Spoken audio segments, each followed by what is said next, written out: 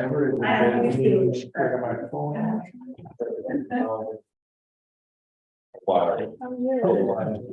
for everything.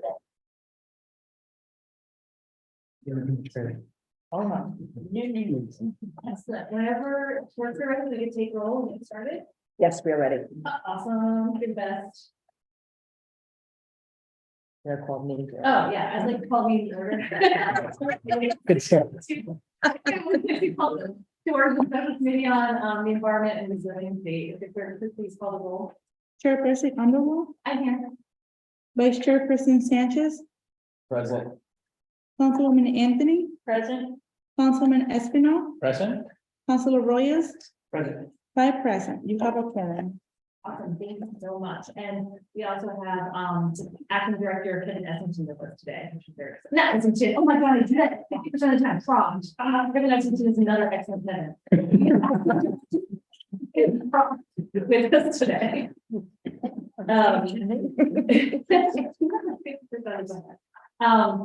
If we could read item number 1 into the agenda, please. Into the reference. Review of Part 2 Code of Ordinances, Chapter 2 Administration, Article 8.5, Office of Sustainability. Awesome, thank you so much. So this is just a quick thing that I just wanted to make sure that the rest of the community had seen. There isn't a big discussion here unless you'd like there to be, but in 2021, the ordinance that created the Office of Sustainability, now the Department of Sustainability, was amended by Councilwoman Anthony and set a series of goals for the city.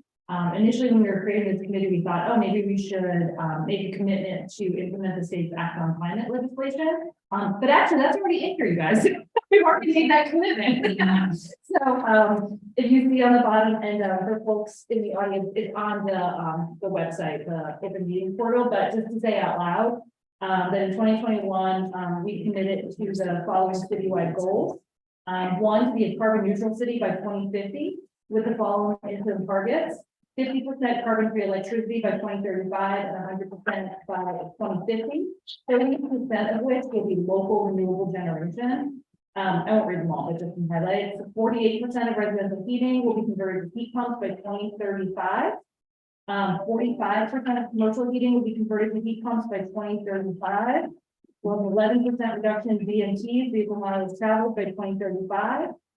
43% of VMTs will be by vehicles powered by electricity by 2035. And then a few others I just want to highlight. 100% of municipal buildings electricity will be renewable by 2030. And 100% of municipal buildings heating will be renewable by 2040. And then just item 2 is access to we're committing to access to housing with affordable, efficient, and clean energy while eliminating fossil fuel use in all buildings. There are a number of other really exciting goals in there, but especially since we'll be hearing from our friends at Planet Action Providence today, we just wanted to make sure that we knew that we've committed to these goals. And I'm really excited for this committee and the rest of the council to work with the Office of Sustainability and the city to make sure that we achieve these targets on time and aggressively. So I didn't know if folks haven't had a chance to read this, and I just wanted to make sure we had that opportunity. If anyone has any comments or thoughts.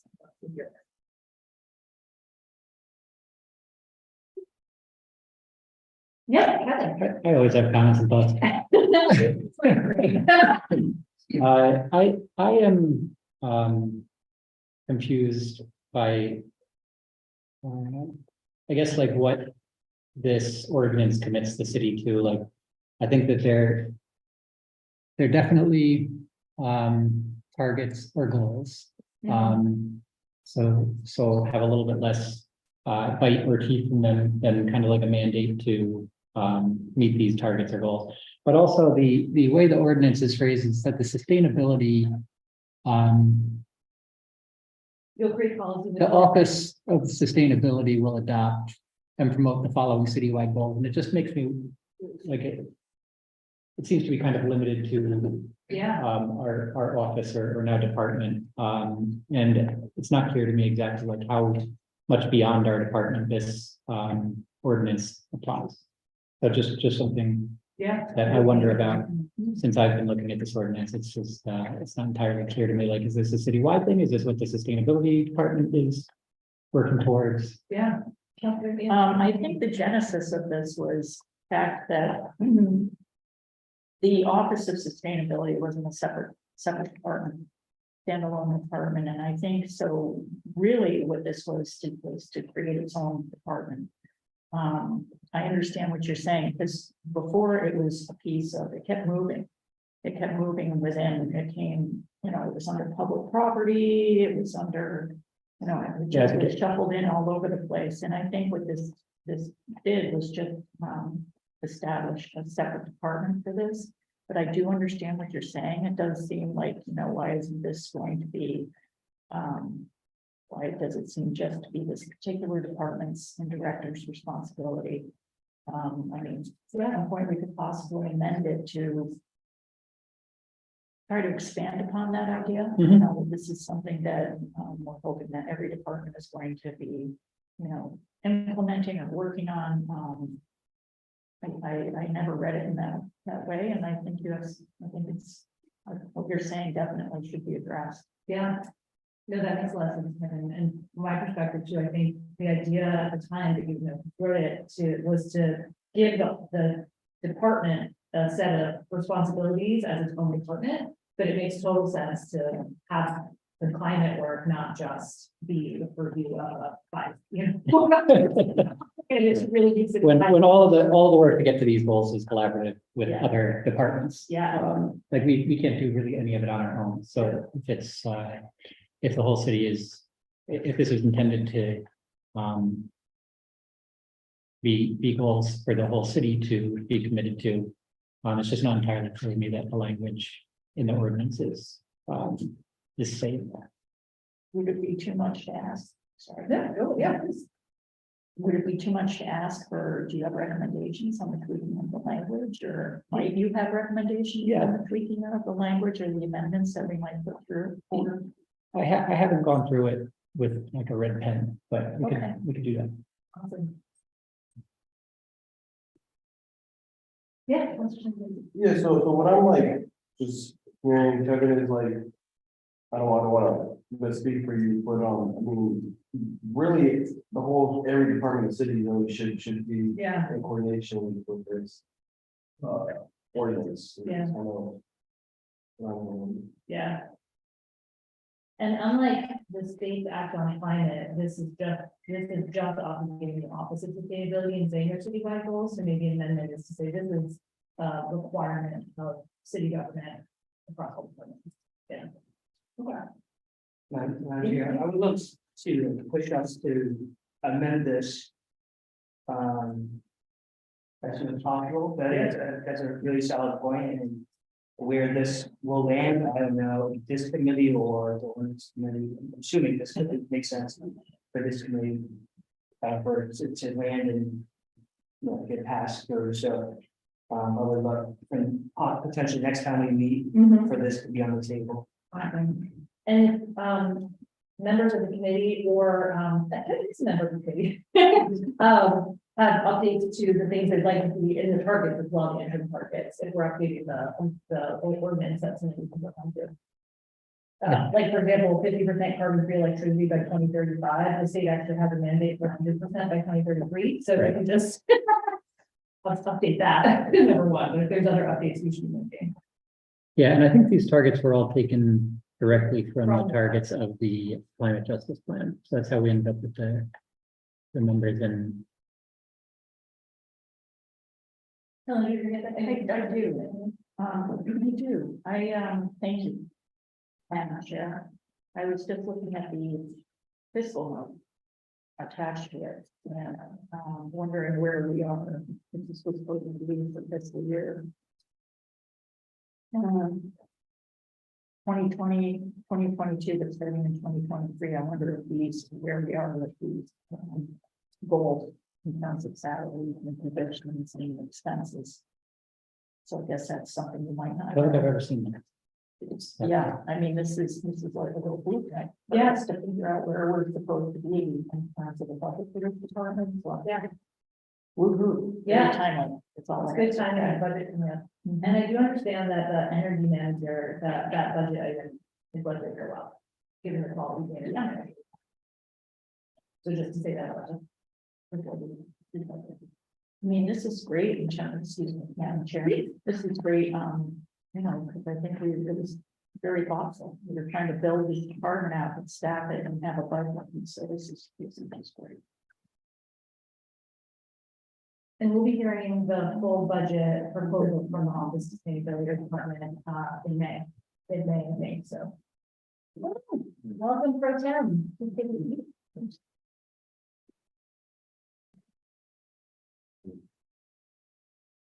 Any other thoughts on this amendment before we move on to our next agenda item?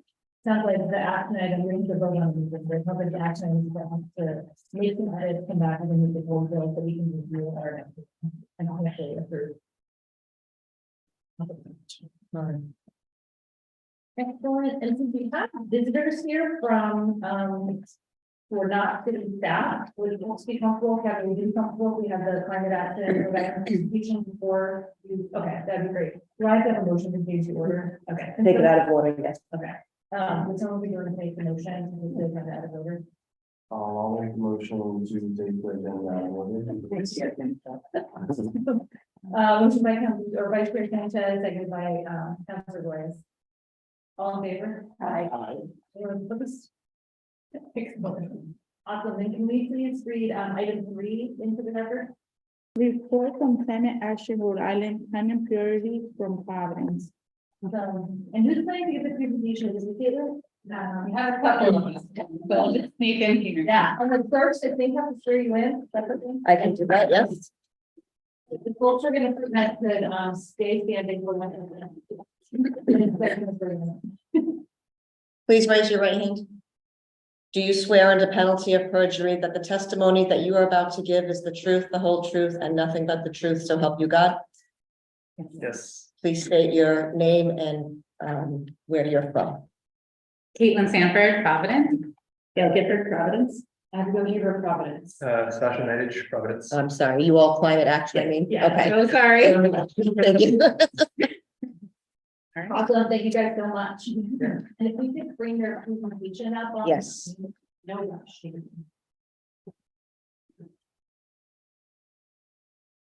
And please,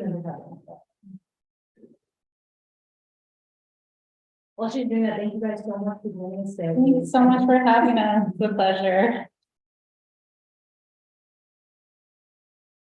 Yeah, so we've just to give some background, we prepared some slides, kind of going over the parts of the climate justice plan that we find really exciting. I think we'll take the opportunity to run through them just as a framing for the discussion that we'd love to have with you all. But please don't take anything in here as sort of educational if you're quite familiar with what's in the plan already. It's more about framing the dialogue for the kind of actions that we can take as citizens to enable city council to really meet some of these targets.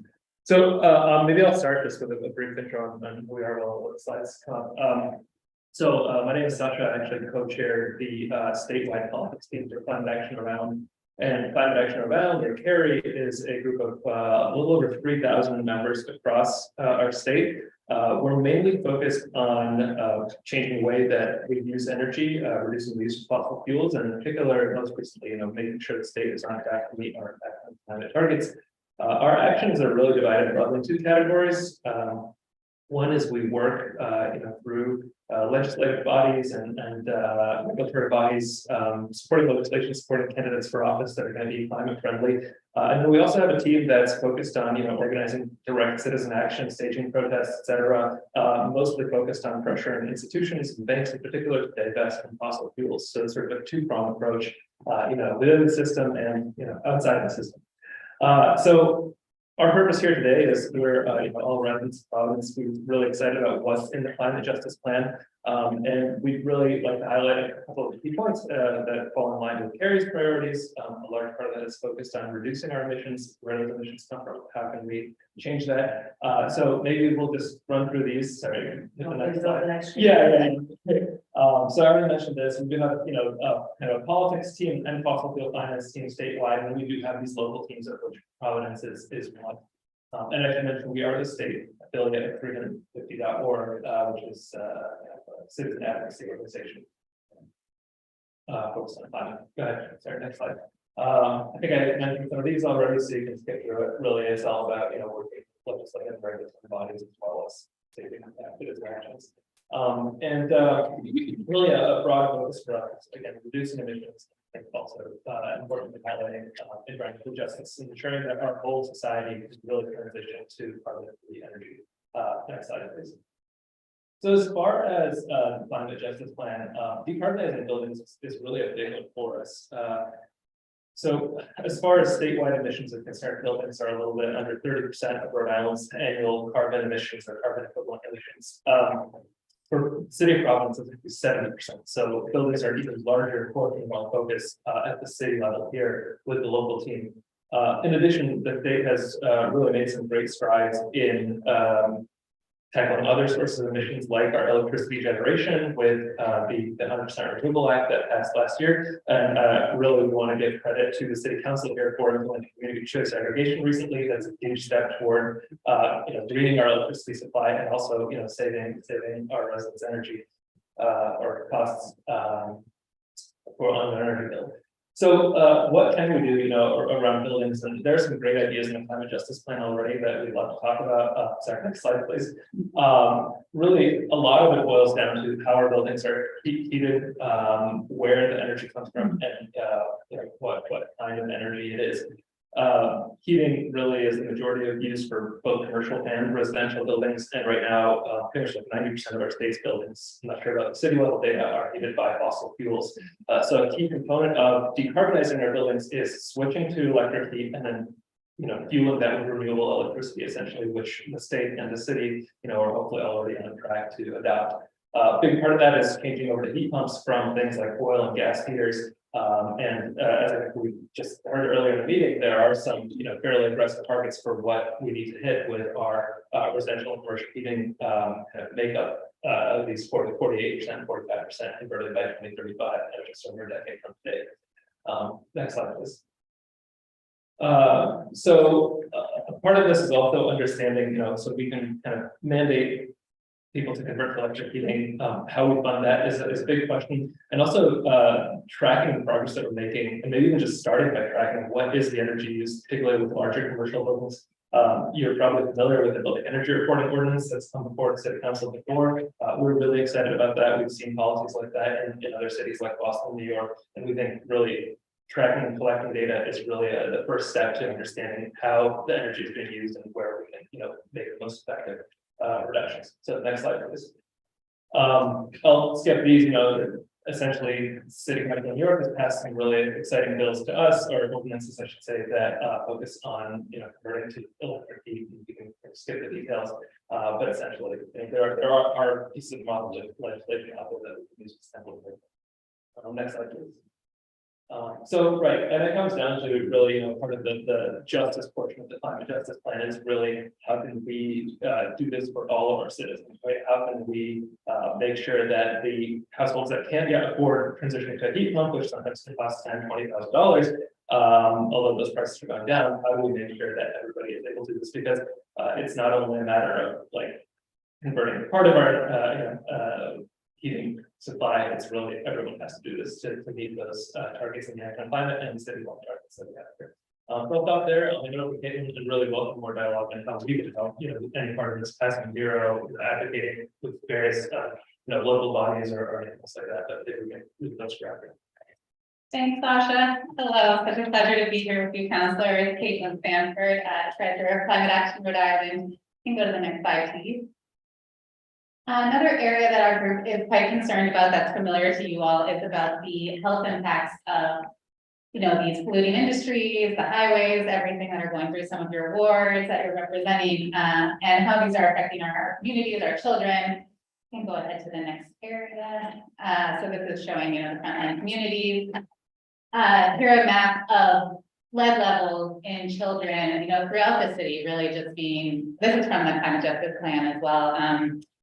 Pretty unacceptable for us, I would say, in all the wards and neighborhoods, but something that is a concern to the community, and we hope that more can be done related to that environmental justice, not so much on the climate side, but the impact for our children. And just heard a moving interview with the mayor of Central Falls on Rhode Island Report podcast about what she'd done to go after landlords to just educate the community as well. And I know there's a lot of efforts going on this already, but we can keep up the fight there, right? Same with asthma rates along the West End, South Providence, Washington Park, right near the highway and all of that. So hopefully with some of these goals we've set around transit emissions, we can start to bring those down. And when we consulted with REJC and some of our partners, they really wanted to amplify the intersectional nature with schools and green spaces and some of these topics, right? So with school closures, having students need to be transported more emissions, things like that, and not having that sort of community space and those green spaces in the community, something that we're concerned about for our neighbors. Go to the next slide. So there's a lot of great ideas in the climate justice plan. One area that we'd love to explore and hear where things are and what you are all thinking is related to the zoning topics and, what can be done with the port, and with other areas as well, where there might be polluting industries in these communities that have been impacted, let's just say it, through systemic racism, through citing these polluting, industries and sources of harm in the communities that maybe didn't have as much of a voice to stop it at the time. And we're advised that the comprehensive plan for Providence is being reviewed, and that's a great opportunity to have the zoning, like everything that we want in the zoning, be in the comprehensive plan, so the zoning can roll up to that. So that could be a great way to focus. I know we've been involved with the People's Port and Sunrise Providence and others around the port, continuous issues that come up with every expansion. So it's sort of like, how could we do something a bit more permanent with some zoning that might help there? I'm sure you all are familiar with that issue and the challenges. We were wondering about the resilience hubs in frontline communities and green spaces that are in the climate justice plan, and sort of what the thinking is and what's being done there. Go ahead to the next slide. So moving on quickly to transit. So that's the largest source of emissions in our state, almost 40%. I can go to the next slide. I think a lot of those efforts for transit are probably at the state level, and we've seen a lot with Act on Climate and other initiatives. But here are some targets that are in the justice plan. I didn't have a chance to see which one of these were in the 2021 ordinance yet. So some really great goals, really interesting to call out more of the equity issues, right? So low carbon transit in those communities, access to transit, like making sure the sidewalk fixing that we do, that's a big issue in Ms. Anthony's ward, like that we do that everywhere, right? Not just in nice streets with green trees. And the diesel truck is an interesting one too. Hard to tackle that, I'm sure. Can go ahead. And so I think, just some call outs here. We know there's work on this already, but again, zoning related to parking. We were curious what's happening with the Great Streets Initiative with the urban trails that were under the previous administration. Are there things that the council might do to keep those efforts going? Really excited about all the e-bikes and e-scooter programs that are around, and that's a cool model of having, different private players offering those around the city, but sometimes you're riding them and what you're riding ends and then you're stuck like trying to get safely to where you need to go. So wondering if we can do more there. Can you say that again? When using the electric bikes and scooters, like without the infrastructure. The bike lane ends. Yeah, I the see. bike lane ends, yeah. And then, from our colleagues at, Transit Riders Rhode Island and Safe Streets, that the transit master plan, like a lot of effort was put into that state level. We don't know if there's anything the city might be able to do to support that as well. Go ahead. Excited to see progress towards zero waste city in the ordinance that was mentioned. It's really quite striking how much food waste contributes to methane emissions from landfills. And actually Project Drawdown that ranks climate solutions, they say dealing with food waste is like our biggest opportunity to reduce emissions. We were advised that like curbside compost is a risky one. You probably maybe heard about that. Like it can get contaminated very easily. Then we have more trucks going around the streets and so more emissions from that. And if people aren't educated on how to do it properly, it can be hard to maintain. But, there's other efforts that are happening, right? So I think Groundwork, RI, and Bootstrap are some like private organizations that are offering composting. Some of these neighborhood level initiatives, maybe there's something the city could do to support those. And even like encouraging some of these providers to maybe operate in other areas, and would also be curious, like our own buildings, right? I haven't checked out my option for my aquacore here in this building, but maybe that would be a cool place to start, like the compost in here. In the schools as well, we were thinking, I know there's efforts there, that's a whole effort around schools, but that's a great place for kids to learn about composting as well, and would be a great way to reduce the city's food wasting from the dining hall cafeterias pretty quickly, it seems. All right. Also wondering about the plastic bag ban, which is a great effort, but still seeing some of those plastic bags around. I think it seems with a lot of these, enforcement is hard, I would imagine. It's really tough, right? And so we have a lot of great ordinances, but are there things that can be done to go the extra mile and get some enforcement going? Which of course relates to, you know, staffing and financing the Office of Sustainability and other relevant departments. Go ahead. All right, on this slide. Another thing we were looking into was, so with the Federal Inflation Reduction Act, there's a lot of money mostly for states, Indian tribes, community organizations. So we were wondering, what could a city apply for directly? And there's a number of things that we pulled out here, which are in the resources, I believe, that could be relevant for us at the city could apply for. I know there's also Compete RI to apply for funding, but something to look into in terms of accessing a lot of this money, which there's a lot, right? So $27 billion, $16 billion of which is for low-income and underserved, overburdened communities for greenhouse gas emissions reductions. And there is a mistake here, I'm sorry, under Environment and Climate Justice Block Grant, it's actually $2.8 billion for pollution monitoring reduction in low-income communities. I can get that correction to Sally afterwards. Zero building code adoption is another area that there's money. So maybe if we want to do the Bureau, you know, just like, I think it's a good recommendation to just measure the building emissions for a few years, get everyone comfortable with it, and then set the targets. But if we set the targets in time, we could apply for this funding to help do that. So lots of money, you know, and interesting to explore how we might access it. And these are expiring in different years, you know, 5 to 10 years in the future. So something to get on now. And one area that we saw in the Inflation Reduction Act that we thought was very interesting was the funding specifically for ports.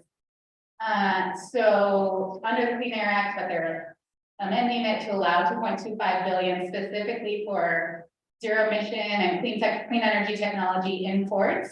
And it does have a justice lens. So some questions are like how much does the city have jurisdiction over there? But under the prop port area, this seems like something we could definitely look into applying for. And if it's appropriate, our community group would be happy to support with exploring some of these funding areas and providing more resources as well. And I think for all of these issues, we also want to say that as community members, we're really here to support you and show up for action. That we kind of imagine that some of the forces that are against some of these things that might happen behind the scenes, and we haven't been as present as we've been at the State House actually, since it's a kind of a blessing and a curse of having the State House here. We can do state level activism, but we're really excited to show up and make it known that the community cares about these issues as well. With that, I'd like to turn it over to Abby to share an exciting idea about network geothermal. Yeah, and I might do it just seated, just to add variety. But I wanted to mention quickly, just to put it on everyone's radar, an idea that we heard about last fall in our Climate Action Rhode Island community meeting. We had a presentation from Zainab Magavi of HEAT, H-E-E-T, about exploring geothermal networks, which can be equitable and efficient. And some people in Rhode Island are already aware of this at the Public Utilities Commission, and there's a lot of excitement about it. It's a really cool idea that is being implemented in Framingham now. There's a pilot project through Eversource that's happening in Framingham. And different cities in Massachusetts were vying for the opportunity to have the project there. So, we think it would be really cool if there was a way for Providence to get something going through National Grid or RA Energy, I guess.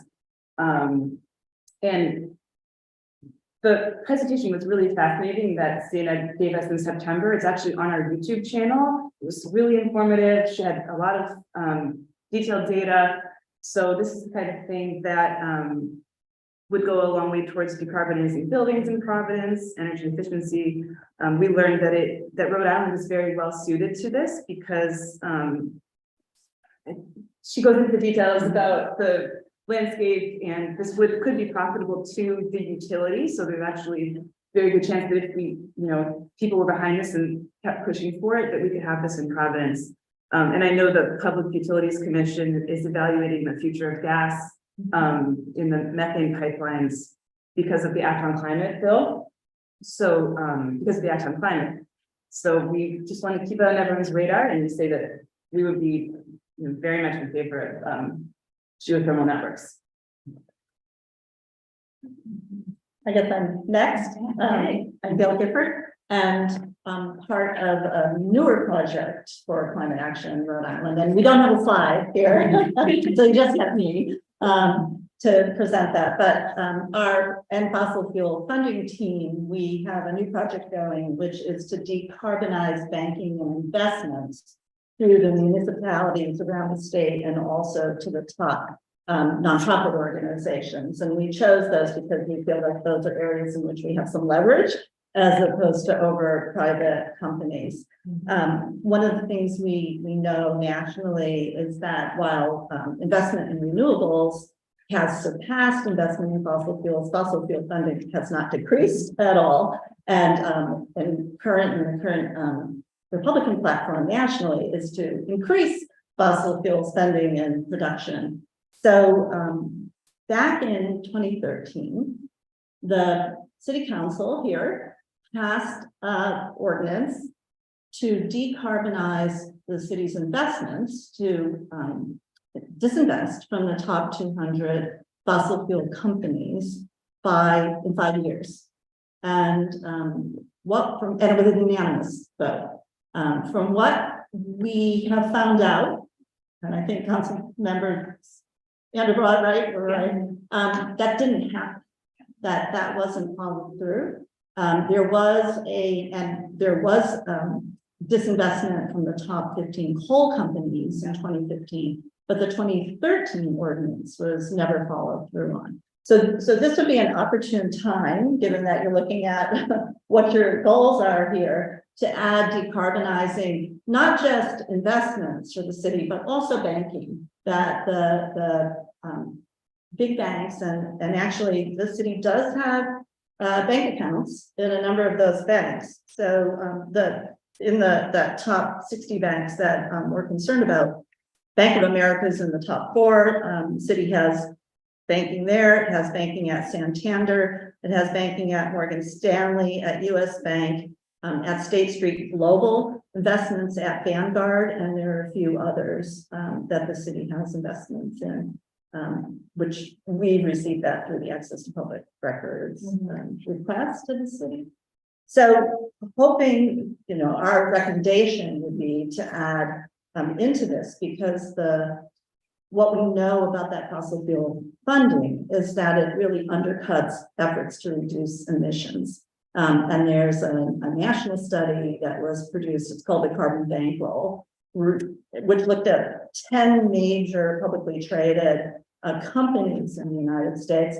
And actually that part of the team that worked on that includes our own Peter Gill Case, who you may know, Councilmember Anthony, and I, Councilmember Anderbach sits on a statewide committee with him. That's been part of that effort. So to produce the study that shows that even for a company like Amazon that has trucks running all over, that they're actually banking investments surpass in emissions all of the energy emissions that they produce as a company. So that's our recommendation, and we'll be pushing on the other municipalities. Not, about a third of them actually are, maybe a little more, have banking in sort of major banks. Most have their banking in local banks. And I know that there are a lot of banks that we need to use because of the $250,000 DSE limit, but investments in local banks are actually wealth builders in the community. And there's a campaign going on right now with Local Return Rhode Island to move money into local banks. And so we're supportive of that as well in our activities. That's my 2 cents. Thank you. So it's a lot. I think our key messages would be, yeah, we want to include, looking into moving the investments. Really excited about the Buildings Emissions Reporting Act. Excited about elements of the Justice Plan, especially community health and transit, and trying to see how we can get more money from the federal government to do all these things. If we could go to the next slide, we just listed a number of questions. And you all can see them in your packet in the next few slides if we have time for a brief discussion. Trying to learn as an advocacy group just how it all works and what the council and committee has the most jurisdiction over. We just threw out these questions to learn from you as well, and just know how we can best support the efforts of this committee. And yeah, here to show up because the community does care. I think, we're figuring out where to show up and where to be there to advocate to try to help get these things through. So with that, welcome to any responses or comments from the committee. Awesome. Thank you guys so much. So first of all, thank you for being here and this amazing presentation. And second, I also just really want to thank you for your support for the climate justice plan and like centering this presentation around how we implement the climate justice plan and not like creating a whole new plan. And instead building on the work that was done with the Office of Sustainability, with the Regional Environment Justice Committee, with frontier communities. I'm a really big believer in like not continuing to make new plans, implementing the ones that already have buy-in. So I'm really, really grateful for that. And before I jump into my questions, I would love to hear if members of the committee have any questions or comments for Haley. Yeah, I'm really excited about getting the building energy reporting ordinance pushed through. And I'm very hopeful that we'll get that done. Because it reminds me somewhat of like a rental registry where, in order to fight the housing crisis, we need data to inform how we go about doing that. And I view this in the same light. If we're gonna fight the climate crisis here in our city, we need concrete data. And so I'm really excited for this. Thank you for mentioning this in this slide, because I had no idea. And so if in fact it was before this, the prior council, I think we have new energy that can make this a reality. Yeah, that's fantastic to hear. And, it seems like just getting the baseline data will be a great place to start. And that's a bit less threatening too. We don't have to get into what the reductions are yet. Like, let's just start measuring it. And I guess there is a question of like, do we have the capacity to do that? And where does the funding come from? So something to consider on that front. I would just say that as the sponsor of the Barrel Ordinance last term, we had a lot of support. Actually, we had pretty much got it right up to the point where we were ready to enact it. I believe we had the support of the prior council. I really feel that we would have the support of the current council.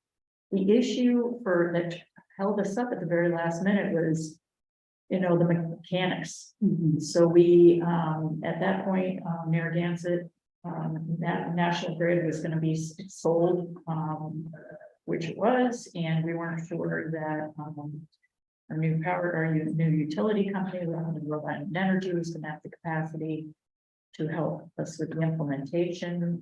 So it kind of got caught up. We also were having some transition in the energy manager position at the time. So I really think we're absolutely, I think, ready to work out the logistics cycle and just make sure, because we didn't want to implement it and then have any trouble in the user and the people that had to report any problem for them in their reporting, which is really where we were. We didn't quite have that mechanism figured out. And I wanted to make sure that before we imposed, because we did have a lot of push on from the building owners.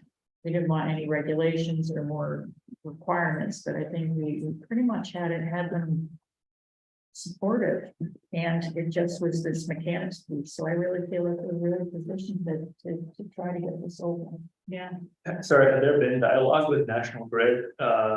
And then it was just, the change started to happen at the same time, or is it something where we need to approach, a Rhode Island Energy and start to dialogue? Well, I think it's going to be our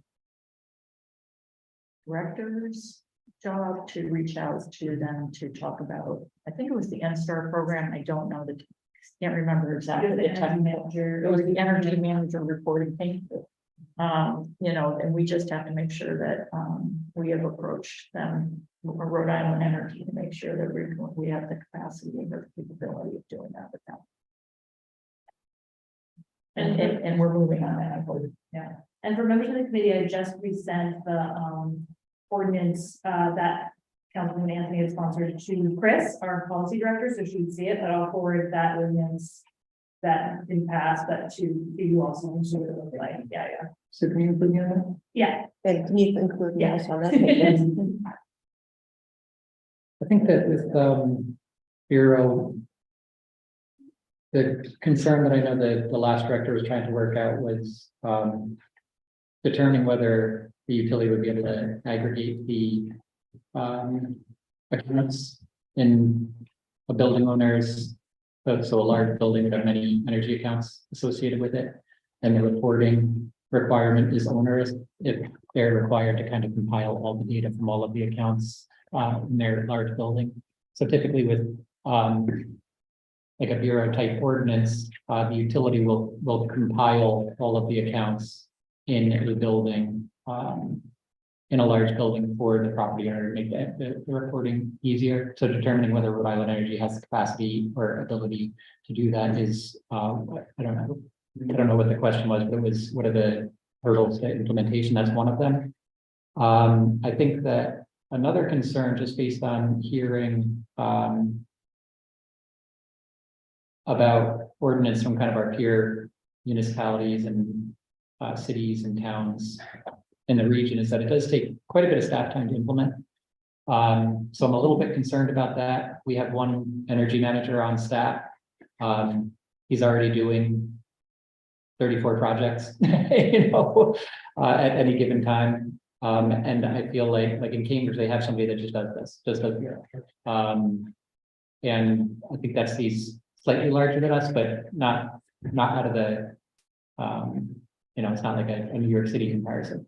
So I'm concerned about the amount of time that it would take to manage the program. And then a third item is, I believe that there is typically software that comes with an annual service subscription that helps municipalities implement the program effectively. And we have a memo from the former energy manager comparing different software options, things like that. So I think that that's another thing that has to be kind of budgeted for and in place in order for the program to be successful. So I think it's that aggregation, as far as I know, some of the things that we have to overcome, the aggregation of the accounts, figuring out how much staff time this actually takes, and if we have time to do it, so we don't end up with another ordinance that we're not enforcing because of lack of capacity and the software. Great. Sorry if you said in the first part, so whose job responsibility for the city would it be to figure out how much the office anybody would need to implement a program like this? So he would be the next director, right? But Yeah, I think so. I think the utility aggregation question was one that we were through the kind of transition to Rhode Island Energy struggling to get an answer to. And now that Rhode Island Energy is maybe a little bit more settled in, and we have we're a little bit more familiar with contacts there, that conversation could be tried again. Like I said, we already have a memo that kind of describes the type of software that's out there. I think that, that gives us a good background on, kind of the topic, that memo. But I think that, you know, that you would go out to bid, for service providers that would provide that kind of software. I don't know that you do that before or after the, ordinance is passed. But that would be a big project, process for those services. And then in terms of determining the staff time, yeah, I guess it's, doing a little bit of research, based on other municipalities' experience. And finding out what their experience was and how much time they're dedicating to it. And Kevin, if I can be helpful to you as a new director, I'm part of a network of city councilors working on climate policy across the country, and most of them already have Bureau, and I'm sure they'd be happy to connect us with their staff. I'm sure you're in the USDA, but Yep. if that's helpful. Oh, yeah. I feel now the sense of urgency to get this going, because the budget is coming up. Yeah. And as far as administrative costs associated with implementation of this, this might, I'm assuming this might have to change. Yeah. Yeah, that's just my thought, and you know, just I feel overwhelmed thinking about this, but I feel like we have to, you know, get moving on this. you Yeah. know? Well, where is it most effective for us to show up? Is it at a budget hearing? I mean, what can we do to help? That's why we're here, right? Yeah, that is a great question. That was your Councilor, So we're, Chair. Finance Chair. so this is the way it's gonna go down in terms of budget. The mayor will be dropping his budget shortly, and we will all be able to see in the budget, because we're all gonna have, it will be public. You'll be able to see, you know, where the money is. And so what happens is there will be a public hearing on his proposed budget. And so I would love it if people could testify. It comes very early in the process, so it's very hard for people to really understand it or be tuned in. If that doesn't work and you'd rather wait to see what's happening, so there's gonna be a schedule of all the committee, the departments who are coming in to testify in the finance committee. During that meeting, I'll be sitting here, I'm not sure who I'll be talking to, but it could be Kevin, and then who comes in for the Department of Sustainability, and there'll be a lot of questions in terms of what, you know, how many people are, you know, in the department, with their salaries, with their responsibilities, things like that. And then this will be new this year, we are going to have a second public hearing at the end of the process. So what happens typically is the council will amend the budget, because we have priorities that aren't the same as the mayor's. There'll be, you know, some negotiations going on, and there will be an amended ordinance, and it's my hope that we'll be able to have. We are planning to have a second public hearing on the amended ordinance, so people also will have an opportunity to come in and testify at that. And those are opportunities for people to dig in, watch the finance committee. I think we'll probably, hopefully be publishing the schedule, so you can all see who's coming when. And so that you can tune in and at least educate yourself, and we'll be asking questions. And then certainly if you have questions that you'd like us to ask, you can always submit those to us, the finance committee, so we'll ask them on your behalf. But this is a wonderful opportunity. This is the time, so we'll be able to see, you know, where the priorities are and where the money is, and whether we have the staff, and whether we can have the staff. If it's not in the mayor's budget, then maybe it's going to be in council's desire to have it in the budget. So this is a really, really interesting time we're in, and I think we have the support on the council. I hope I'm not speaking for everyone, but I think we have, you know, a council that really is going to make climate a priority. I hope. That's great. Yeah, we're none of us are policy wonks, we're regular citizens, but I think our strength is, you know, if you tell us that, hey, we need a second energy manager and budget allocation for the software that we don't have, we're happy to show up there wherever there's an opportunity for public comment, give our 1 minute public comment, say, look, we have these targets, and we need this position. What are we doing? Yeah, so we can make sure that you guys get the agenda, the calendar of when those 2 public hearings will be. In case you want to come in and show some support. Yeah. I'd also just mention that the city does, or the sustainability department does, receive funding from the Bar Foundation, or at least has twice now, once in 2019 and recently in October. And we did last time, budget for kind of bureau implementation in terms of like this software piece. In terms of being able to pay for the upfront costs to lessen the blow of the cost of the software and then kind of phasing down and transitioning that cost to the city's budget. And we did do that again in the most recent grant. I'm having a little bit of trouble understanding my own budget spreadsheet here that we submitted back in September.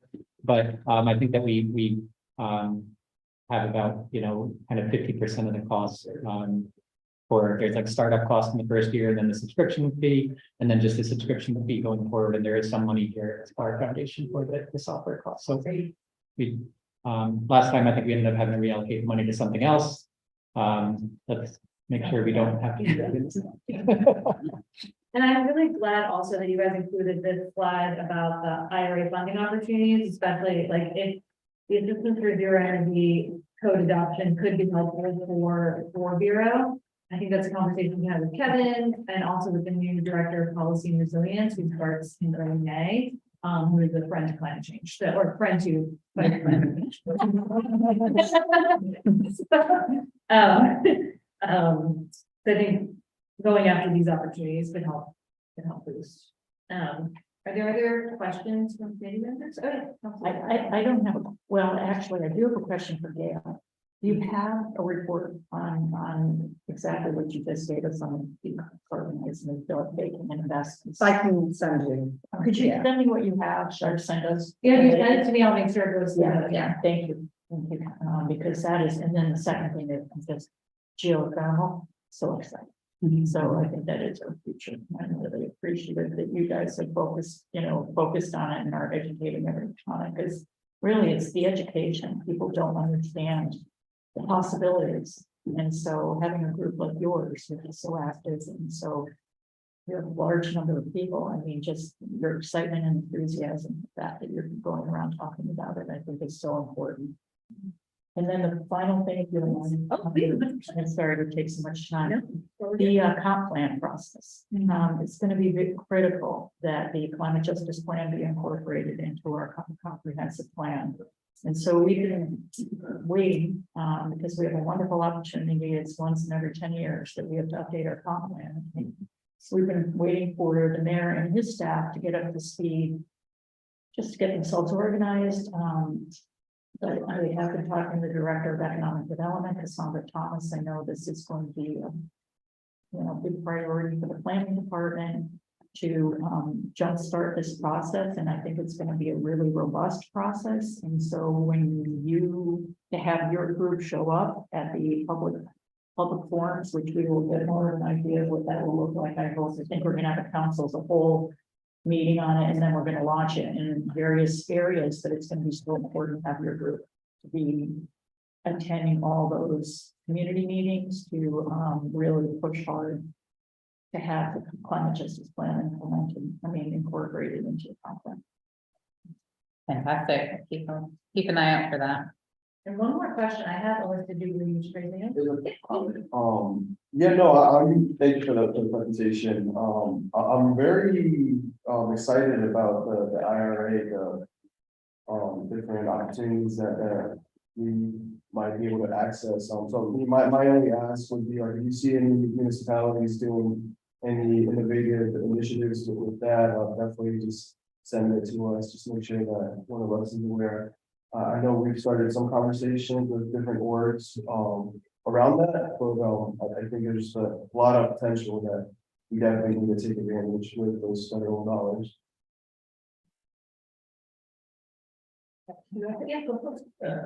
Monopolizing. No.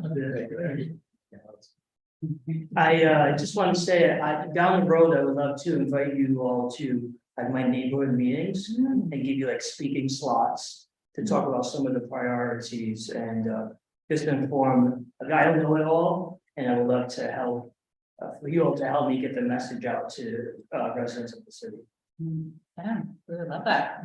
Yeah, that'd be great. Let's stay in touch on that, and certainly on the IRA funding as well. And on the digital version, the last slide, we had some more link.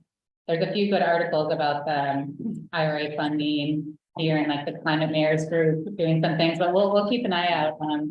I know, and maybe the network of climate city councilors also can share who's successfully applying for funding and things like that as well. And one quick logistical question, for Gail, is, I think I asked it as an email, but I can't remember, do we have a list of because that also seems like a top priority, we already passed this in like 2013, why are we not doing it? And do we have and let's build on it, but do we have a list of what the top, is that in the report that Peter worked on, like who are the companies or what are the companies that we should be ensuring we divest from? Yeah, so there, you don't, it's not in there, but we can there. Okay, so I think it's like specific as we can get with the investment folks, that would kind of be helpful to make sure that they're. I think they like saw that list of coal companies, were like, oh, we'll do this one, but like. Right, and it was 200, it was the top 200 in the ordinance, so. Councilmember Jordan at the time was the sponsor of that. Yeah. And introducer. I think so. Awesome. Any other questions? This is so great. Oh, Val, are you raising your hand? Yeah, we can take a question, yeah. All right. I need to see you, sorry about that. I'm Val Reichard, I'm from the Street Coalition, and I congratulate the Climate Action Rhode Island for a terrific presentation. I'm with you 100 on everything you said tonight. I brought some quick hits from Liza Bergen because she wanted to have input too on the transportation sector, but I'm going to begin with my own reflection about the transportation sector. It's not the sexy part of the presentation, and you guys know that, and I know that. And it's almost 40% of the offending emissions that are going on in our city on a daily basis. And it's mostly coming out of cars. We love to blame the trucks, we love to blame the traffic on 95, but it's mostly coming out of cars in our city. And human behavior of individual citizens of Providence like myself to drive less, to walk, to take the bus, to use a bike is going to change that statistic. And we know that, and we want to meet those climate goals. So as we do policy, we kind of have to think about this person who went through the transformation from being car intensive to becoming, as you see me today, car free. And it was not easy, and it was not quick. When I lived in a suburb, I was car light, and I sure wasn't car free. You know, I couldn't be, not in a suburb. I could walk to my college classes, but I couldn't walk everywhere because I needed that minivan to not get run over on the highway. So I live in Providence now. I can be car free. Policies will affect me staying car free. And policies like, is parking expensive here? Will persuade me that I can't afford a car on my retired teacher's salary. And to be honest with you, I can't. Okay, and that's going to persuade other Providensians that they can't afford a car. And I don't think we're thinking about that. But the policy, which doesn't look very sexy, is persuasive to human behavior. So I hope we can parse out that transportation piece a little bit more than we did tonight. So I'm going to give you 6 quick hits that Liza sent. She took it right off your template. She put it the same font you had and everything else. That's how much she liked her presentation. And she mentioned the transit master plan. If you can't catch a bus, how the heck are you going to leave your car behind? If you're not sure the bus is going to be here because it's not frequent and it's not reliable, happens to Betsy. If it's not on your street, you have to go half a mile to go catch the bus. How is any of this going to work? We have to fund that plan. There are tiny little inklings of, I'm seeing it over at the state house. They're moving on this a little bit. You guys have to push them. Please, please. yes, we need walkable streets. Somebody alluded to that, I think it was Caitlin. If you can't get out your sidewalk in the winter because it's not shoveled, it's a walkability problem. E-bikes and scooters are integral to getting around for young people. And we have to make sure those programs are robustly debated. And we need a safe, navigable Kennedy Plaza. We need the urban trails and the bike lanes to be connected in complete networks. And as I referred to, we have to address the zoning, because the housing parking connection is vital. I finally gave up my car and sold that thing because I couldn't afford to park it at my downtown apartment anymore. The parking there was too expensive. I had to make that decision. And that if you're planning to put in, 2 parking spaces for every new apartment that's going, that's not the right formula. This person needs 0. I need 0 parking spaces. So we have to think about that, and that affects policy. Thank you so much. I'm sorry I took so much here already. No, thank you, Val. That was great, and we have definitely fleshing out one of the transportation pieces. Excellent. Any further questions or comments? Awesome. Let's move to the last piece of the agenda. I know it's getting a little bit. I'm a rambler. What's that? I'm a rambler. I don't want to. I don't know. This is what I'm doing. Can we please read item number 2 into the? Report from Kevin Prop, interim director of Department of Sustainability on current activity of the department.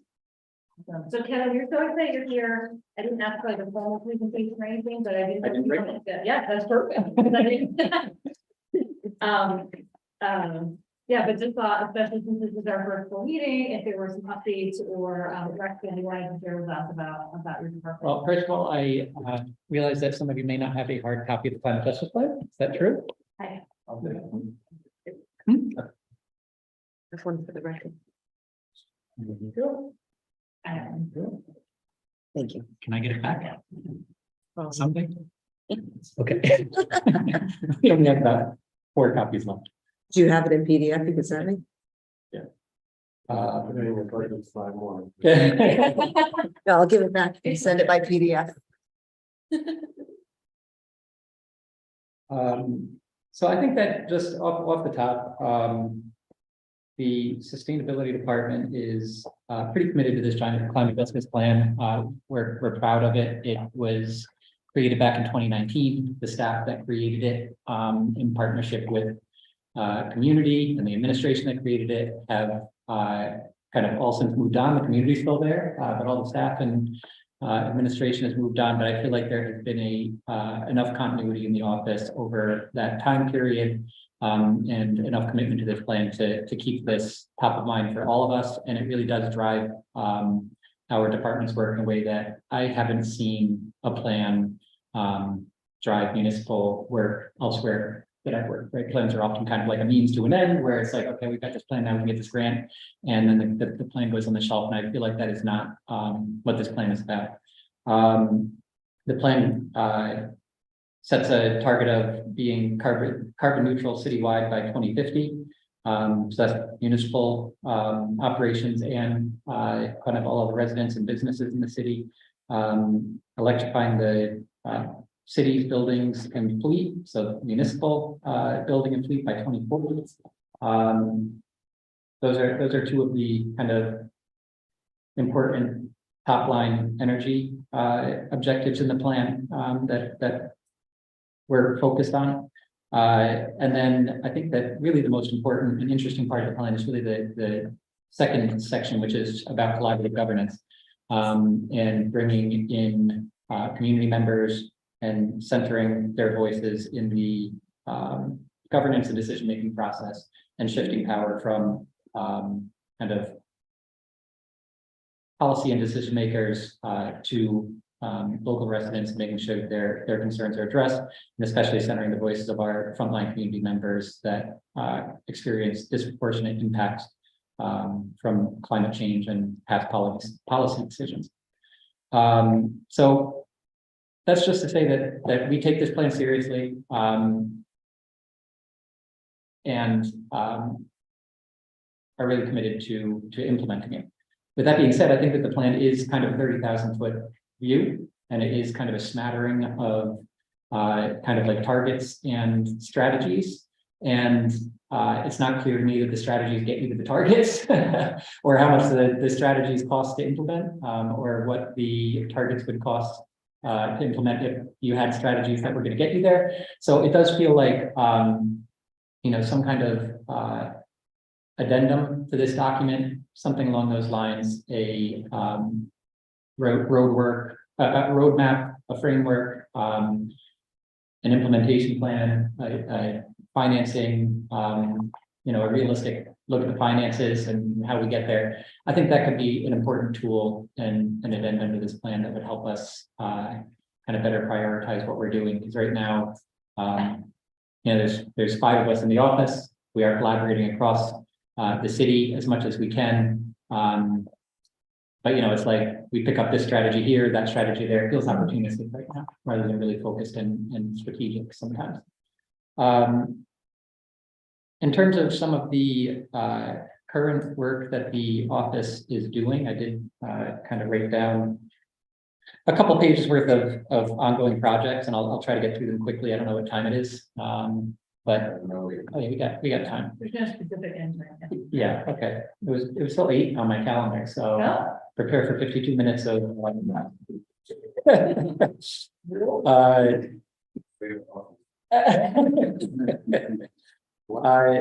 so one of the I kind of grouped energy items at the top. That's not this isn't any kind of necessarily priority order, but just in terms of thinking about what we were doing, that's how I grouped them. So we're currently going through the process of procuring energy management and services software, and I feel like this is a key kind of like bedrock thing that our office and our city needs to better manage our city's energy accounts, understand the energy that we're using in our municipal buildings, compile data in a way that's useful to identifying which buildings are high performing, which are low performing compared to their peers, but compared to year over year, and being able to then act on that data by implementing energy efficiency projects in low performing schools, identifying anomalies like suddenly a fire department is seeing high energy use that it never used to see because new people came in and suddenly are leaving the garage door open on cold days, right?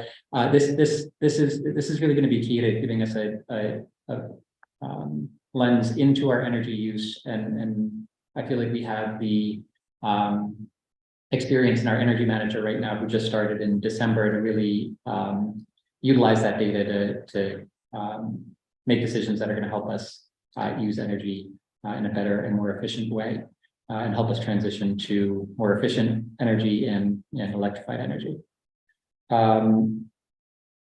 We're currently in the process, like as we speak, like I will be doing it tonight, applying for a Renew America's Schools Department of Energy grant. This is a opportunity from the Bipartisan Infrastructure Law, or IIJA, and I don't remember what that acronym stands for.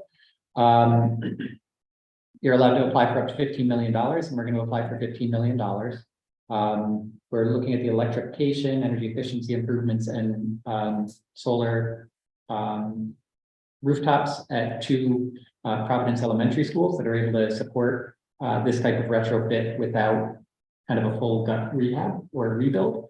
The 2 schools that we're focusing on are Webster Avenue Elementary School and George J. West Elementary School.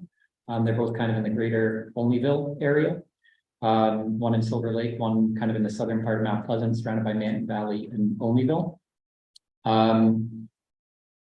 The proposal would significantly reduce the energy demand or load required by those schools. And in the case of Webster, the renewable energy would be able to power the school entirely. And at Georgia J. West, I think it's something like 40% of the energy could be supplied by on-site renewables.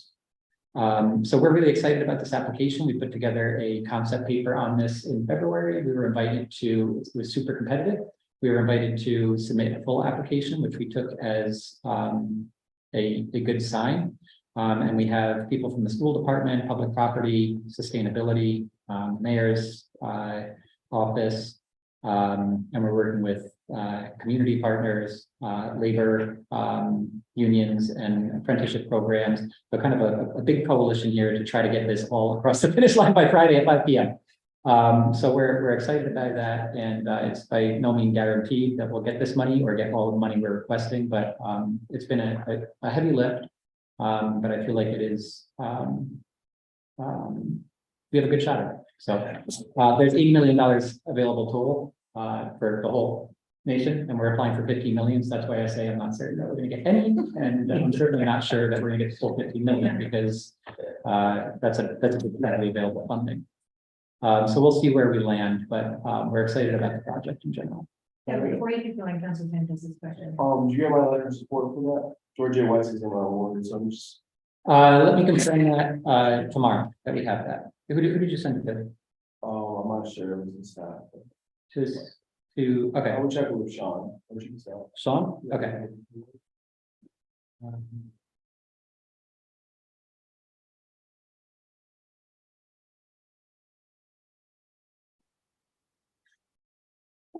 Great. I don't have it, but it's possible we could get it. So I'm glad you pointed out that you sent it. I was gonna say, do you have that all written out and that looks typed, like, and you wanted to send that, I'm happy to make sure everybody gets that. Okay. We don't too. But then- Another energy project that we have, kind of a pilot project, is a solar rooftop at PCPA and Providence Career and Technical Academy, which can support about a 600 kilowatt array on its rooftop. And then coupling that with a battery backup system to add resiliency if the power goes out. PCPA is our emergency shelter, both the short-term and long-term emergency shelter for the city. So having a resilient site that can kind of weather an outage is important. We also have a gas-fired generator there, which would come into play in terms of emergency services. So this is an exciting project. It's in the design phase. It's a little bit stalled because we're trying to locate kind of a complete building plan set from 2009 that can help our consultant on the project advance the project more efficiently. But this will be an exciting kind of pilot project and allow us to dabble our toes. I don't think we have solar on rooftop anywhere in the city. So this would be kind of allowing us to maybe grow those muscles and begin to exercise them so we can start to do this in more locations. I'd also say, again, going back to our energy manager, his name's David Ruggiero. He's got a ton of experience in the field, who was in the energy efficiency space in the private sector for, I don't know, 20 years or something. He's been in municipal sector for 10 years. I don't know if those are exactly right, but he's got a lot of experience in exactly the kind of work that we want him to have experience in. And I feel like he has a strong understanding of how these projects come together and get built in an efficient and inexpensive way. So I feel like this project is a legacy of the past energy manager and kind of former director. It's just kind of like we're trying to get this project completed, but I feel like it'll be a good way for us to learn about it, but also then hopefully tapping into kind of our energy managers' knowledge about these projects, be able to do it more quickly and efficiently in the future for more sites. He was able to secure an Office of Energy Resources, I think, technical assistance grant from NREL, which is National Renewable Energy Lab, I think. And they're helping us develop like a checklist to go building by building in the city and determine which sites are good candidates for solar and which ones are not. So that's part of that puzzle too.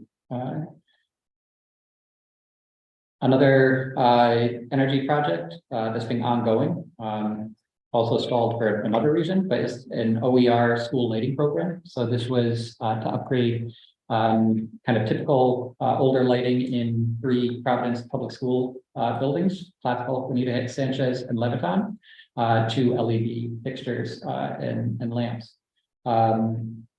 Unfortunately, the lighting consultant, the electrical consultant on the project went out of business.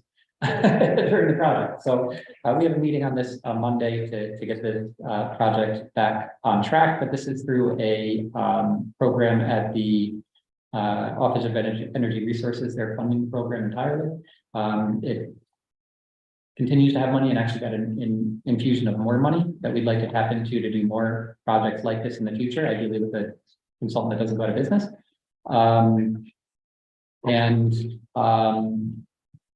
Yeah, so we're excited about this. Lighting projects are really low hanging fruit and really do result in energy and cost savings. So we want to get this one back on track and do more of these in the future. This should also be part of the match for that Renew America Schools grant that we're working on for Friday. Would be lighting and building management system and hot water heating incentives from this OER program, which they basically cover for all school systems in urban areas. So it's a great program. Providence Community Electricity is the second class energy program that we have here. This is a program that's rolling out in May. It aggregates the electricity accounts of all of Providence's residents and businesses, as long as they're on Rhode Island Energy's supply service. And by doing this and grouping them together, it allows us to procure a supplier that's able to go out into the market and get a competitive energy rate and also source more energy from renewables.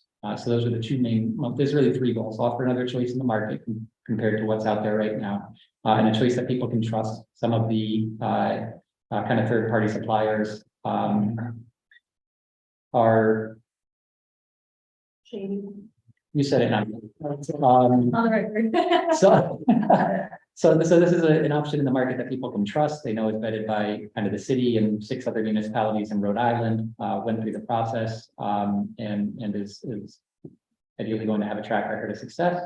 But also the main priorities were having competitive energy rates and more renewable energy, and we've been able to deliver that on that at least the first 6 months of the program. The rates change in 6 months, so do Rhode Island Energy's, and we're betting that most of the time we're going to be able to beat Rhode Island Energy's rate by a few cents per kilowatt hour and save our residents, $5 to $10 on their bill per month, while also supporting more renewable energy. People can opt out of this program. You were automatically opted in if you didn't opt out. People can opt out of this program at any time without penalty. The deadline to do it before you would be enrolled in the program at all has passed. But if you opt out tomorrow, you'll be enrolled in the program in May and back with Rhode Island Energy in June after having saved $7 on your electricity bill in there. So no harm done. You can also stay opted in for 6 months, see if the rates go up, and if they're competitive with Rhode Island Energy, and if you feel uncomfortable with the program at that point, you can opt out without penalty. You can also opt out now, think about it, and opt back in later. So it's very flexible in terms of getting in and out of the program, and no one should feel like they're being forced into something they don't want to do. I'll leave it at that for that one. The last energy item, we're due for a greenhouse gas inventory. We do those every 3 years. I think technically we really could have done it last year. We'll do it this year based on the 3 relevant years data. We're working with our URI Energy fellow, which is like a year-long internship that we do with our office to 1, increase our capacity, but 2, give these fellows an opportunity to learn about kind of the field of energy. It's something that they've shown an interest in at URI, to give them a kind of view into what careers in that space look like. So this is a good opportunity to provide a URI Energy fellow project that is, they can kind of learn how to do it and achieve the project within the scope of their internship and have something to show at the end of it. So obviously there will be a lot of oversight and assistance from me and our energy manager during that process. But we're excited to, 1, have the URI Energy manager on board. He started a couple of weeks ago. And 2, be doing this inventory to see where we stand in comparison to past years. Can I ask a quick I question? was going to say, so that's the energy kind of items that I put down here. I'm sure there's more little ones, but if we wanted to just discuss those before we went on to some of the more that were less energy focused Yeah, items. just a super quick question, and I don't know if folks have to go to, so we can wrap up at some point. No, we have to leave. What? We have to leave. I didn't put that in down. For the greenhouse gas emissions inventory, I think in prior years, the office has presented the inventory to the Sustainability Commission. Do you guys think you'll do that this year? And is that where we can see? I'm sure we can do it to this committee and the sustainability commission. Yep. We can combine. Yeah, I don't think it's really doing that. Yeah. Yeah, that'd be great. I do, before, if we're gonna wrap up, I do just want to say that I really appreciate the presentation that you provided tonight as well. And I think it's futile to try to like respond to all of these questions and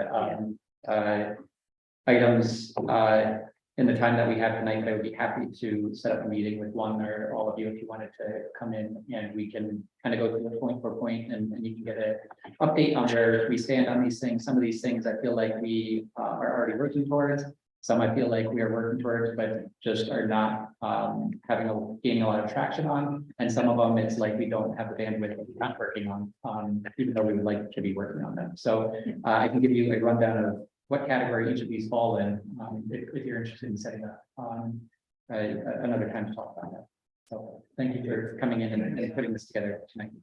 Do I have time for a few more? Yeah, Okay. I think. All right. I'm looking at other people. I think so. All right, I'll pick up the pace. In terms of one of the kind of more climate justice oriented projects that we're working on, we are working on implementing resilience hubs, which is something that we're excited about as an office. And I think aligns with some of the mayor's priorities about making improvements to rec centers, and also about offering more services out of rec centers and a wider array of services out of rec centers. So we feel like there's kind of some synergy there. These are a resilience hub, like a community trusted facility that offers emergency services in times of disruption or a storm or a cold event where people lose their power. But that also offers more wraparound services for priority issues that are identified by the local community that's served by the hub in normal times. Elder in the sustainability office has been putting a ton of work into this. He's been doing it really methodically and thoughtfully and in partnership with community and making new partnerships with community. It's been really important and valuable work, and I'm really proud of the way that he's going about it. So that's an exciting project that's going on right now. Yeah, Yes. yeah, so I had a really productive conversation with Alder about the resiliency hub. It looks like they're looking at the Jocelyn Center that's right outside the ward. But my predecessor always was involved, so definitely completely supportive. And my own question or comment is definitely get this committee involved in that project if you see any avenue support. Definitely. Yeah, that's great.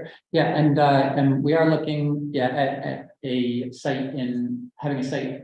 A pilot, we're looking at piloting 2 sites, and ideally more these would expand if they're successful to other parts of the city, but piloting a site in Oldville and South Providence, and we're looking at Jocelyn just as it was recently renovated. That's kind of important. We don't want to have a resilience hub that's not in good shape. Right? We want to have a place that's recently renovated and people feel comfortable going. Do you So, have a sense of where the one in South Providence is? Is it in? well, no, we don't have anything pinned down for South Providence. We are, obviously Davy Lopes is very centrally located. It's not in great shape in terms of building condition.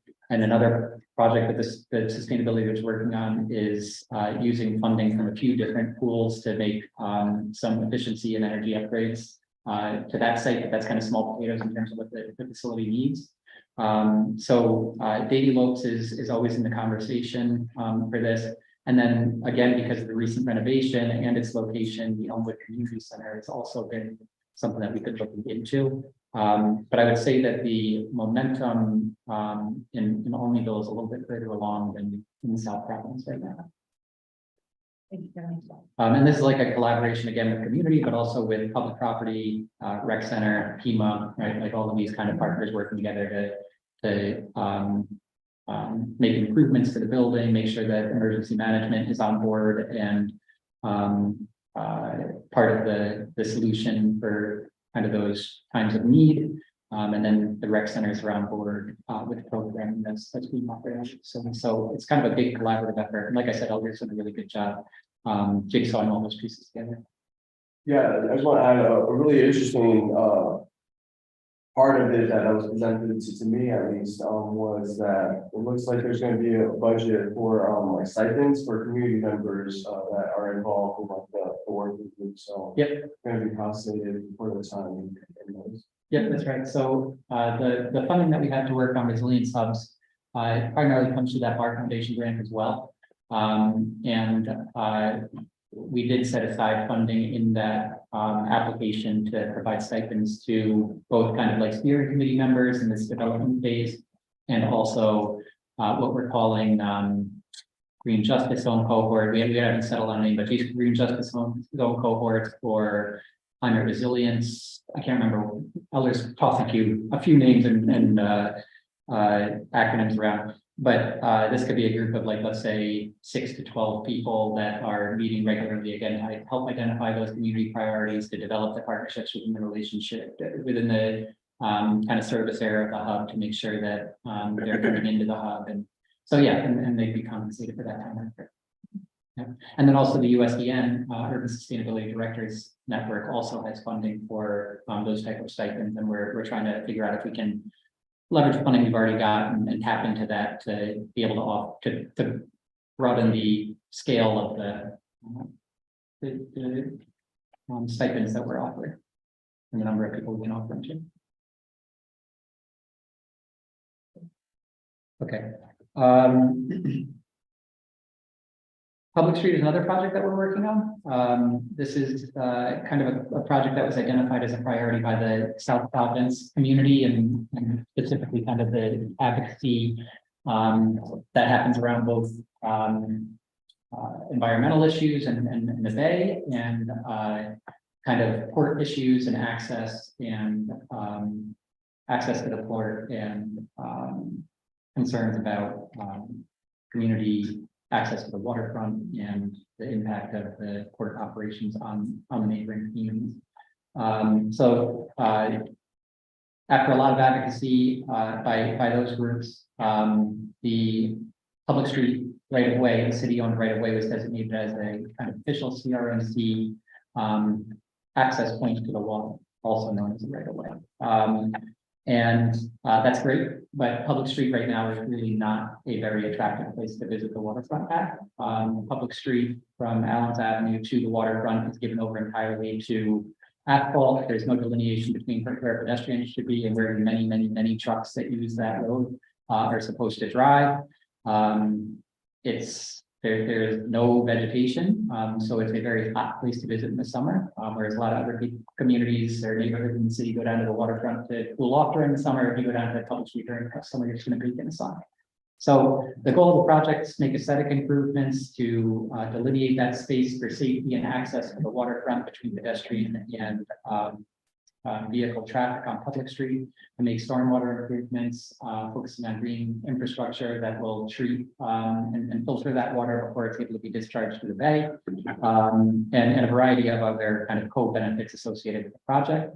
We're currently in the design phase of this project and approaching 30% design with our design consultant Civic. They've been great on the project. We did a pretty robust community engagement process around this to get feedback from both the butters, stakeholders, and the public. And we feel good about where we are with this project. And now it's a matter of getting the funding to get from 30 to 100% design, which I'm confident that we'll be able to do, and making sure that we have the funding to be able to construct the project. We are working on a zoning study in the sustainability department to align the climate justice plan with the zoning ordinance. And this has expanded a bit since it took off, because again, this plan is a little bit light on the details of the strategy sometimes, and sometimes it appears like, implement this strategy into the zoning ordinance isn't quite as easy as it makes it sound like in the plan. So with our kind of partner and consultant on this, which is Camiros, we've gone through and identified the different policy recommendations in the plan, determined if they can be kind of directly uploaded into the zoning ordinance as recommended, or if they have to first be introduced into the comprehensive plan and then into the zoning ordinance. If they're not really a zoning ordinance thing at all, and they're actually a standalone ordinance that's passed by the city council and then referenced in the zoning ordinance. So our consultant is really helping us understand a roadmap for each of these policies and how to get implemented wherever it has to be, whether it's the zoning ordinance, whether it's the comprehensive plan, whether it's the land development regulations, where it's the city council policy, you know, it's like they're helping us understand for each of these a mini roadmap to get it done.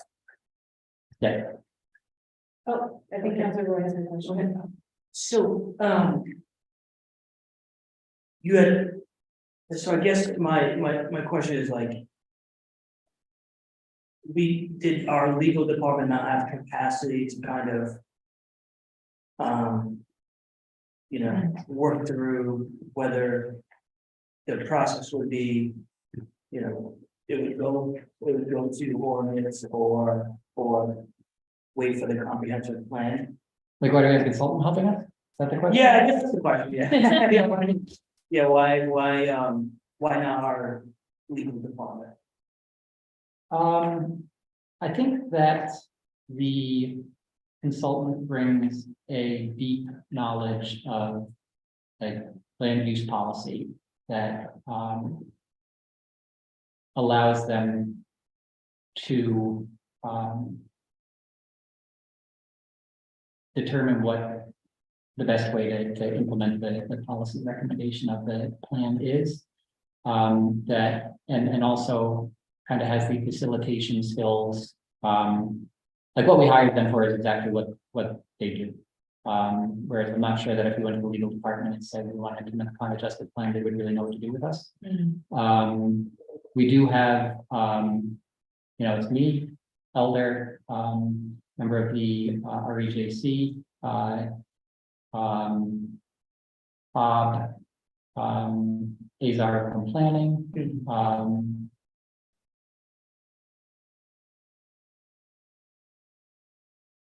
Meredith Hastings from Brown University, right? So it's kind of a broad stakeholder group that's working with the consultant. So it's not like we just handed the document over to the consultant.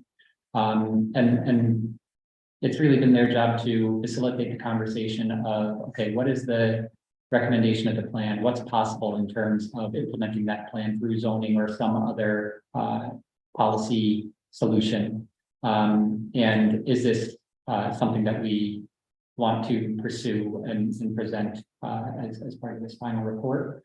I don't know if that answered your question, but yeah, they're just, I think, better suited to the task than we would be in-house. Yeah, no, that does, thank you. Councilor Henry?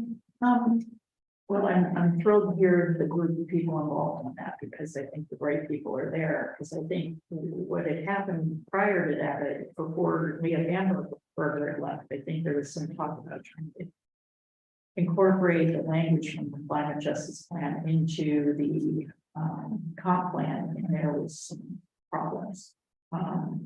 Because sometimes I think traditionally in land use language doesn't necessarily fit with some of the goals identified in the climate justice plan. So I just want to make sure that we're not giving up anything in terms of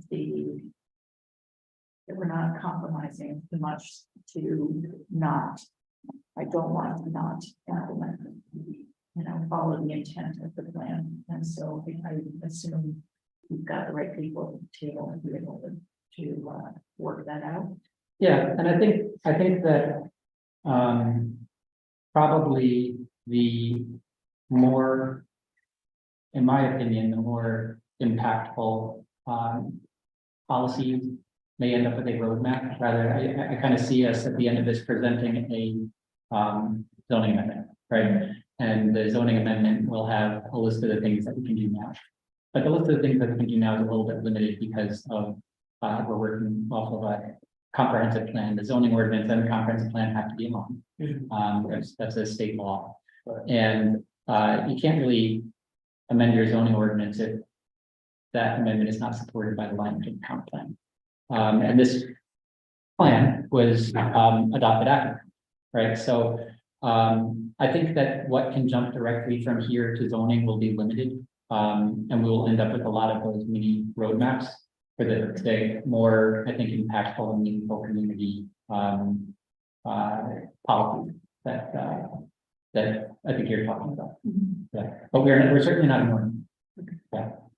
And I think that this is the perfect time. This zoning study should result in a report that is timed well to inform that comprehensive plan process. Okay.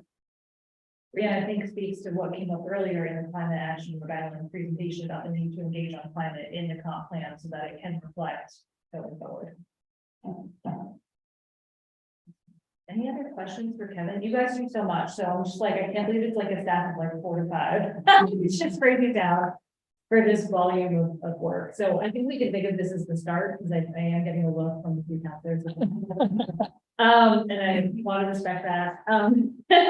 But really appreciate this. And I think this would be the start of the conversation and the partnership between council and the administration to achieve these goals. Yeah. Right. No, I don't. Yeah. Any questions before? Just want to say thank you for Kevin and to the group for a wonderful presentation, so informative, gentlemen. Thank you for the work you do. Kevin, thank you so much. It's great. Sure, thank you. Feels like we have good partners in doing that. Yeah, and we've got Sheila coming on board, which is really exciting. She joined us today by digital. And she's going to join the administration as the Chief Policy and Resilience Officer. I have that. Yeah, policy is really, yeah. And I think that's really important. I don't know that a chief position has had resilience or anything like that in a title in the city before. And I think, the administration knows what they're getting when they hire Sheila Dormer. So I assume that that's what they want, and I'm excited about that. So maybe she can join us at the next one, please. Yeah, Sheila, if you are listening, we will invite you to a future meeting and look forward to partnering with you. Yeah. Awesome. So with no further ado, is there a motion to adjourn? I'll make motions to adjourn. Okay. Second. Okay, motion by Councilor Sanchez, seconded by Councilor Espinal. All in favor?